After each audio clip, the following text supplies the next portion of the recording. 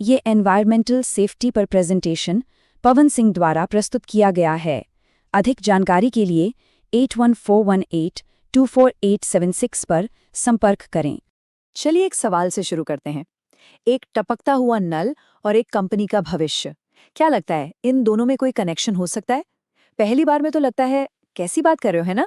लेकिन आप देखेंगे जब हम एनवायरमेंटल सेफ्टी की दुनिया में उतरते हैं तो हर छोटी से छोटी चीज का एक बड़ा मतलब निकलता है।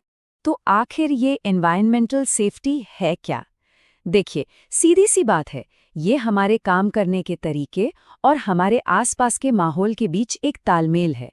ये सिर्फ कुछ नियम कानूनों की लिस्ट नहीं है, बल्कि ये पक्का करना है कि हमारा काम हमारे पर्यावरण को कोई नुकसान न पहुंचाए। मतलब हम भी बढ़ें और हमारा पर्यावरण भी फले फूले। तो सवाल उठता है कि भाई इसकी इतनी चिंता क्यों करें? क्या ये बस एक और फैंसी कॉर्पोरेट टर्म है? जी नहीं, बिल्कुल नहीं। सच तो ये है कि आज के जमाने में किसी भी कंपनी की नींव का ये एक बहुत बहुत जरूरी हिस्सा है। और इसकी 3 बहुत बड़ी वजह हैं। सबसे पहला, पब्लिक हेल्थ। भाई माहौल साफ रहेगा तो हमारे लोग, हमारा समाज सब सेहतमंद रहेंगे। दूसरा है रिस्क मैनेजमेंट। अगर हम नियमों का पालन करते हैं तो हम कानूनी पछड़ों और भारी भरकम फाइन से बच जाते हैं। और तीसरा, जो कि बहुत जरूरी है, बिजनेस का भविष्य। आज के दौर में ग्राहक और निवेशक उसी कंपनी को पसंद करते हैं जो पर्यावरण की परवाह करती है। लेकिन ये होता कैसे है? मतलब हमारे काम का पर्यावरण पर असर पड़ता कैसे है? इसको समझने के लिए ना हमें कारण और उसके नतीजे के रिश्ते को थोड़ा गौर से देखना होगा। और इसे समझने का सबसे आसान तरीका है ये 3 स्टेप वाला मॉडल। जरा ध्यान से देखिए। सब कुछ शुरू होता है एक एक्टिविटी से। मान लीजिए एक जनरेटर चल रहा है। अब इस एक्टिविटी से एक एस्पेक्ट यानी एक पहलू जुड़ा होता है, जैसे जनरेटर से निकलने वाला धुआं। और आखिर में इसका होता है एक इम्पैक्ट यानी असर, जैसे कि हवा का खराब हो जाना। Activity, aspect, impact. बस एक बार ये चेन समझ आ गई तो हम प्रॉब्लम को शुरू होने से पहले ही रोक सकते हैं। ठीक है, तो अब हम कारण और असर का खेल समझ गए हैं। तो चलिए अब देखते हैं कि हम अपने सबसे कीमती खजानों यानी हवा, पानी और जमीन को कैसे बचाते हैं। शुरुआत करते हैं हवा से। हम सिर्फ धुएं और धूल पर नजर नहीं रखते, बल्कि उसे कंट्रोल करने के लिए बेस्ट टेक्नोलॉजी का इस्तेमाल करते हैं। और हाँ, बात सिर्फ हवा की नहीं है, शोर भी तो एक तरह का प्रदूषण है ना। तो हम स्मार्ट इंजीनियरिंग और मशीनों की सही देखरेख से ये पक्का करते हैं कि काम करने की जगह शांत और सेफ हो। अब आते हैं पानी पर।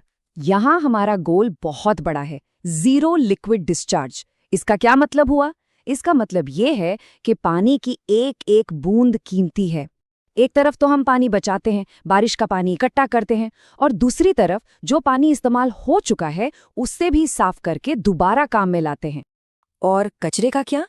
अरे उसके लिए भी हमारे पास एक पूरा सिस्टम है, वो भी 4 स्टेप्स का। सबसे जरूरी पहला स्टेप है कचरे को शुरुआत में ही अलग अलग करना। देखा होगा आपने, हरे, नीले, लाल डब्बे। उसके बाद उसे सही से स्टोर करना, संभाल कर उठाना और फिर नियमों के हिसाब से डिस्पोज करना। सब कुछ तय है। लेकिन हाँ, जब बात खतरनाक केमिकल्स की आती है तो यहाँ जीरो टॉलरेंस है, कोई गलती की गुंजाइश नहीं। यहाँ 3 चीजें हमेशा याद रखनी है: सही स्टोरेज, हर डब्बे पर साफ साफ लेबल, और सबसे जरूरी, किसी भी केमिकल को हाथ लगाने से पहले उसकी सेफ्टी डेटा शीट को पढ़ना और समझना। और हाँ, पीपीई यानी पर्सनल प्रोटेक्टिव इक्विपमेंट, ये कोई फैशन नहीं है, ये सुरक्षा का कवच है। और देखिए, पर्यावरण की सुरक्षा सिर्फ बड़ी बड़ी मशीनों या केमिकल्स के बारे में नहीं है, ये हमारी रोज की आदतों में भी शामिल है। जैसे कमरे से निकलते वक्त लाइट बंद कर देना, या फिर 3R का वो आसान सा नियम याद रखना: रिड्यूस, रीयूज, रिसाइकल।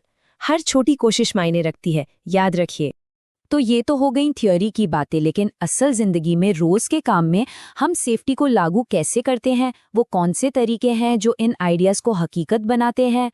सोचिए, कहीं कोई केमिकल या तेल फैल गया, अब क्या करें? घबराना नहीं है। इसके लिए एक सीधा सा 3 स्टेप का प्लान है। पहला, रोकथाम, मतलब पहले से ही इतने चेक रखो कि ऐसा कुछ हो ही ना। दूसरा, एक्शन, अगर कुछ फैल गया है तो फौरन स्पिल किट का इस्तेमाल करो और उसे वहीं रोक दो। और तीसरा, कम्युनिकेशन, चाहे छोटा सा ही रिसाव क्यों न हो, उसकी जानकारी तुरंत देनी है। और ये सिर्फ एक छोटी मोटी घटना के लिए नहीं है, किसी भी इमरजेंसी के लिए हमारे पास एक पूरा फ्रेमवर्क है जो एक साइकिल की तरह लगातार चलता रहता है। सबसे पहले तैयारी, जैसे मॉक ड्रिल करना, फिर अगर कुछ होता है तो तुरंत रिपोर्टिंग, उसके बाद नुकसान को कम करने के लिए एक्शन लेना, और आखिर में हालात को वापस सामान्य करने के लिए रिकवरी। ये साइकिल हमें हमेशा अलर्ट और तैयार रखता है। अब तक हमने सिस्टम और प्रोसेस की बात की, लेकिन सबसे बड़ा सवाल तो ये है कि इन सबको करेगा कौन? आखिर ये जिम्मेदारी है किसकी? और इसका जवाब बहुत सीधा है, ये हम सबकी जिम्मेदारी है।